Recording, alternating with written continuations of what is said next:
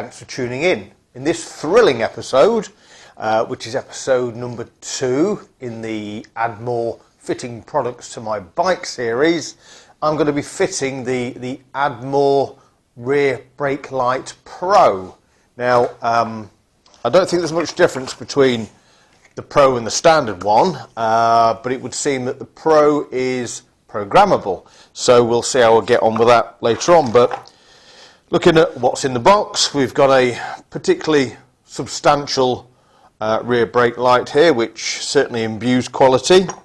A mounting bracket for the registration plate, a couple of other brackets, and the all-important PosiTap connectors, which allow you to connect it to your wiring system. Oh, there's some instructions and some fasteners too. Right, okay, one thing I want to mention straight away is I found this out with the pannier kit, and that's that there's 5 connections to make.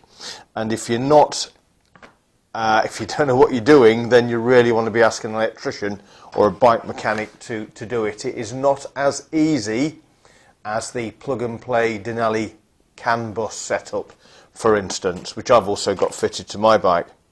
So, we'll now start to fit the hardware before we make the electrical connections, and in anticipation of this, on my 2014 R1200 GSA, I've removed the rear rack and I've loosened the pannier rail just to allow me to lift the silver plastic casing up to enable me to pass the wires through and into the area beneath the seat.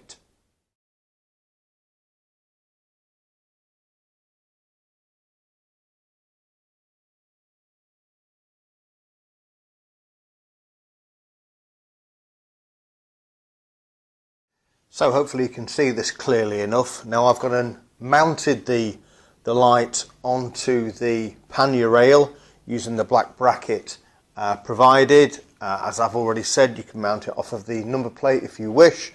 I decided not to because of my perception of the weight there. So that's where I've decided to put it. You can put it above the bar like I have, or indeed spin it round through 180 degrees, not the light mind, but the bracket, and mount it below the bar. Entirely up to you. And obviously you're constrained by what particular model you've got and how you're fitting it. Now what I had to do to enable me to do this is to go and purchase 2 19mm neoprene lined P-clamps. This is the beast.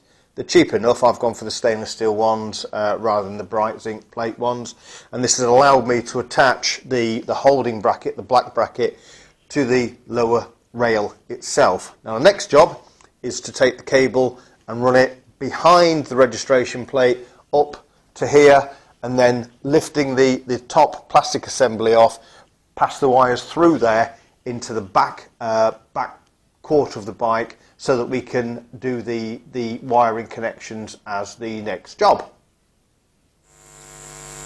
Okay, we're now at the part where we're wiring the product to the bike itself.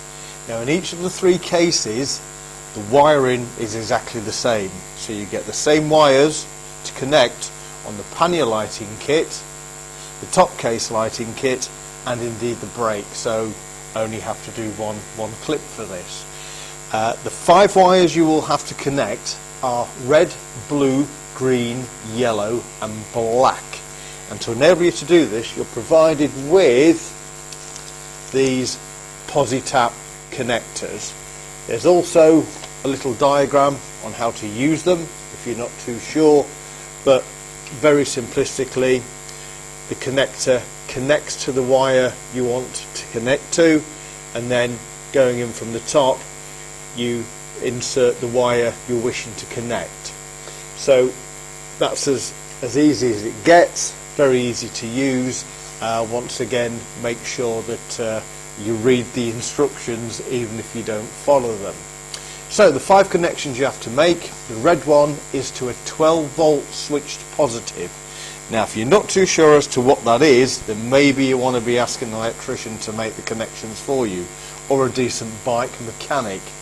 But in my case, on my 2014 R1200 GSA, I've used the 12 volt switch positive at this twin fuse holder here.